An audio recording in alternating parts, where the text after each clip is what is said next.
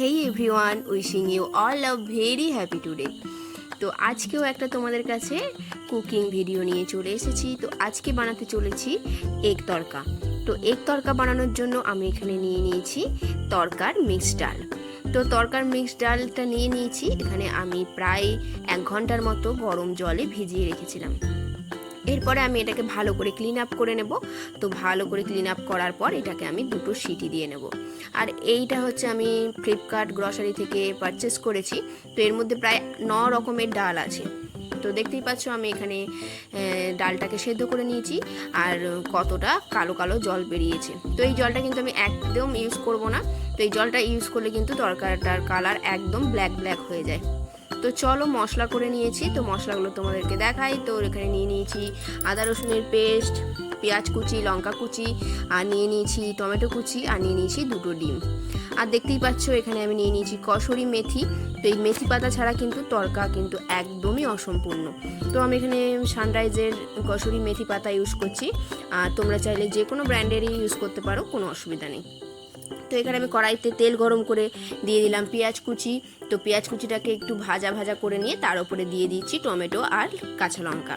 তো এগুলো সবকে ভালো করে এখন আমি ভেজে নেব।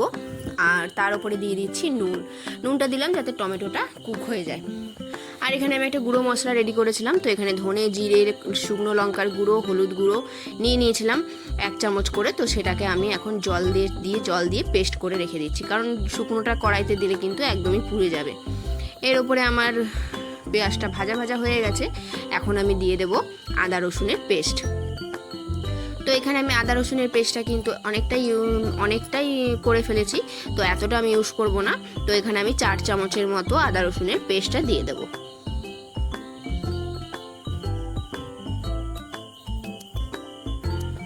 তো আদা রসুনের পেস্টটা দিয়ে ভালো করে একটু ভাজা ভাজা করে এর উপরে দিয়ে দেবো আমি গুঁড়ো যে মশলাটা আমি তৈরি করে রেখেছি জল দিয়ে। তো সেই মশলাটা এখন দিয়ে দেবো এর উপরে দিয়ে এবারে আমি গ্যাসের ফ্লেমটাকে একদম লো করে আস্তে আস্তে মশলাটাকে কষাতে থাকবো। মশলা কিন্তু কষানোর ওপরেই তরকারির স্বাদ কিন্তু দ্বিগুণ বেড়ে যায়। তো মশলা যদি সুন্দরভাবে কষানো যায় তো তরকারি কিন্তু খুবই টেস্টি হয়। তো এখানে দেখতেই পাচ্ছ আমি সুন্দর করে আস্তে আস্তে গ্যাস কমিয়ে মশলাটাকে কষিয়ে নিয়েছি।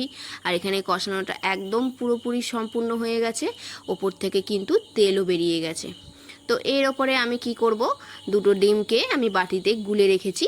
তো একটু নুন দিয়ে ফাটিয়ে রেখেছি। তো এবারে ডিমটা দিয়ে দেব। তো মশলাটাকে একটু সাইড করে তেলের ওপরে দিয়ে দেব ডিম ফেটানো। এবারে হালকা করে আস্তে আস্তে ডিমটাকে কুক করে নেব মশলার সাথে। তো ডিমটা আমার সুন্দরভাবে কুক হয়ে গেছে মশলার সাথে। এবারে কষিয়ে নেব এবং ওপর থেকে দিয়ে দেব সেদ্ধ করে রাখা তড়কার ডাল। এরপরে স্বাদমতো নুন দিয়ে এবারে হালকা আঁচে কষাতে থাকবো।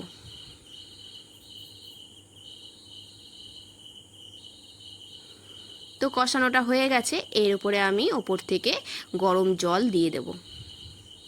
এখানে কিন্তু গরম জল ইউজ করতে হবে, ঠান্ডা জল ইউজ করলে কিন্তু তরকার স্বাদটা কিন্তু ডাউন হয়ে যাবে। তো আমি এখানে গরম জল ইউজ করছি, তোমরাও কিন্তু অবশ্যই গরম জলই ইউজ করবে।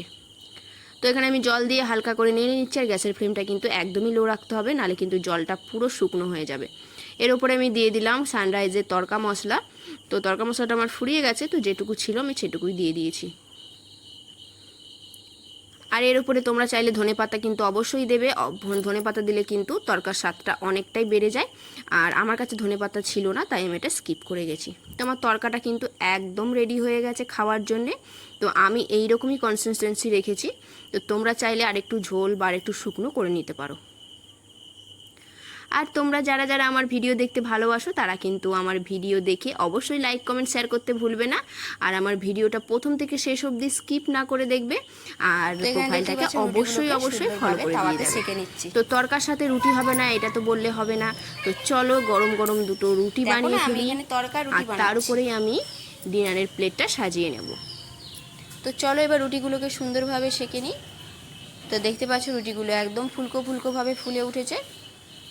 তো এরকম রুটি যদি তরকার সাথে থাকে তো আর কোনো কথাই হবে না। তো চলো আমার রুটি শাকা হয়ে গেছে, এবারে আমি ডিনারের প্লেটটাকে সাজাই। তো আমার রুটি শাকা একদম কমপ্লিট হয়ে গেছে, রুটিগুলো কিন্তু একদম ফুলকো ফুলকো ভাবে ফুলে উঠেছে। এইবারে আমি ডিনারের প্লেটটা সাজিয়ে নেব। তো এখানে নিয়ে নিলাম এক বাটি তড়কা। তড়কাটা কিন্তু দেখতেও যতটা সুন্দর হয়েছে, খেতেও কিন্তু ততটাই সুন্দর হয়েছিল। আর এখানে আমি নিয়ে নিচ্ছি দুটো রুটি, আর নিয়ে নেব এখানে হচ্ছে স্যালাড। স্যালাড বলতে শসা আর পেঁয়াজ, আর তড়কার সাথে পেঁয়াজ ছাড়া তো একদমই চলবে না। তো তার সাথে নিয়ে নিলাম অল্প একটু শসা, আর নিয়ে নিচ্ছি এখানে টক ঝাল আচার। ব্যাস রেডি আমার একদম ডিনারের প্লেটটা। তো দেখতেই পাচ্ছ কত সুন্দর হয়েছে, আর খেতেও কিন্তু অসাধারণই হয়েছিল। তোমরা কিন্তু অবশ্যই ট্রাই করো। আর টেস্টটা কিন্তু টাটা। সুন্দর হয়েছিল দেখতেও।